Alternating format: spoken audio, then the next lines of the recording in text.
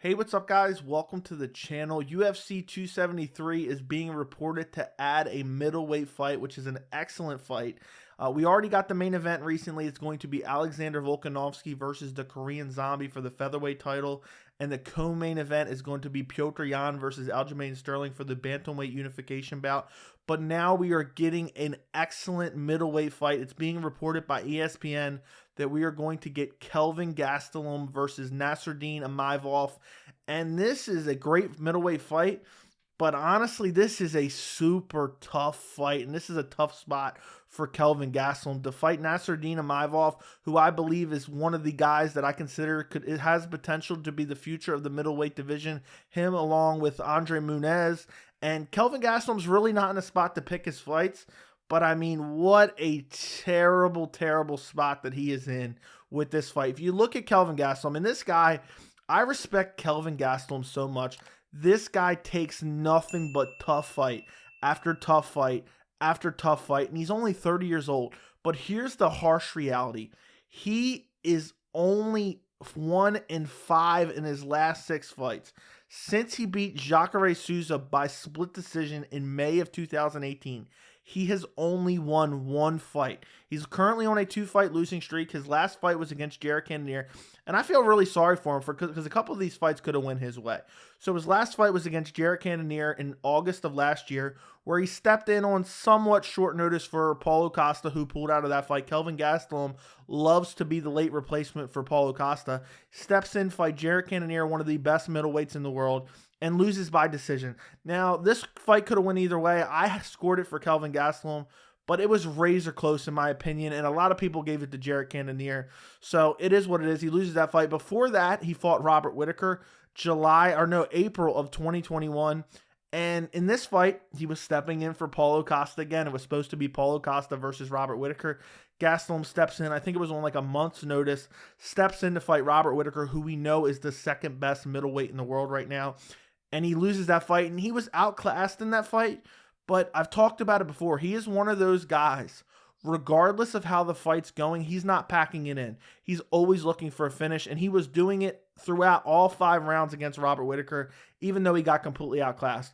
Before that, he got a decision win against Ian Heinisch. Not all that impressive, you know, and to look back on your last 6 fights and your only win is Ian Heinisch, who I believe isn't even ranked. You know, it's not looking good as far as the future of your career. Then before that, he lost to Jack Hermanson in the first round. He got heel hooked really early in the fight. Then before that, he lost a split decision to Darren Till. This fight was relatively uneventful, but I had it for Kelvin Gastelum in this fight as well. So, you know, you look at some of these fights, if they go his way, maybe he has 3 wins instead of just 1 in the last 3 years or 4 years. And then before that was against Israel Adesanya.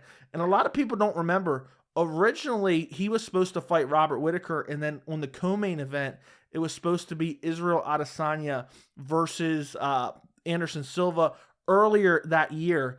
And then his fight with Robert Whittaker got canceled, and Robert Whittaker was going to be out for a while. Adesanya beat Anderson Silva, and then they scheduled Adesanya versus Kelvin Gastelum for, I believe it was April. So it was only a couple months later. It was 2 months later. So, and this fight was one of the best fights I've ever seen. They went back and forth. Kelvin Gastelum won a few rounds, and then it came down to the 5th round, and Israel Adesanya took it. And look where Israel Adesanya is now. Current champion, been pretty dominant in his last few title defenses. And what really sucks for me is Kelvin Gastelum is currently ranked number 10 in the world. But I honestly believe he's still one of the best in the world. And that the fight against Jared Cannonier proves it. I mean, regardless, even if you think Jared Cannonier had it, the fight was razor close. So I still believe he's one of the best in the world. He's ranked number 10, though. That's insane. He's ranked behind Uriah Hall and Darren Till. I believe he beats both of those guys, even though he has a loss to Darren Till. Sean Strickland, I think he could beat as well. Jack Hermanson, he lost to, but I wouldn't mind seeing that ran back, but he lost that fight. Paulo Costa, that's a tough fight for him because Paulo Costa's a massive middleweight. And then we can debate about all the other ones. But the point is, Gastelum is in a must-win situation.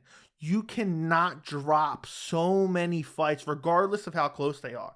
If he goes 1-6 in his last 7 fights, I mean, there's a chance the UFC could cut him, honestly. So this is an absolute must-win at UFC 273. And he takes a fight against number 12 ranked Nassourdine Imavov, And this is a fight where this is a guy who looks very promising. His last fight was against Edmund Shabazian, where he absolutely wrecked him at the end, had him in a crucifix position, just dropping elbows, had him all busted up. And Imavov is only 25 years old. He's young. He hasn't taken a lot of damage. He looks very well rounded. He's a great striker. I think he's bigger than Gastelum. And a lot of people think this could be a guy that makes his way to title contention in the future. So Gastelum taking a guy down the ranks, he doesn't really have a choice. And he's fighting a guy that he could realistically lose to. And, we've seen him, he hasn't fought the greatest competition. This is his chance to fight. This is the best competition he's ever fought in Kelvin Gastelum. He's going to come in to prove a point.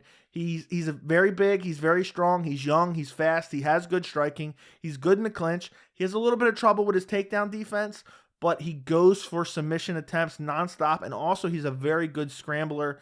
But again, in his last fight against Edmund Shabazian was able to take him down a few times. So obviously he still needs to work on the takedown defense, and Kelvin Gastelum has good takedowns.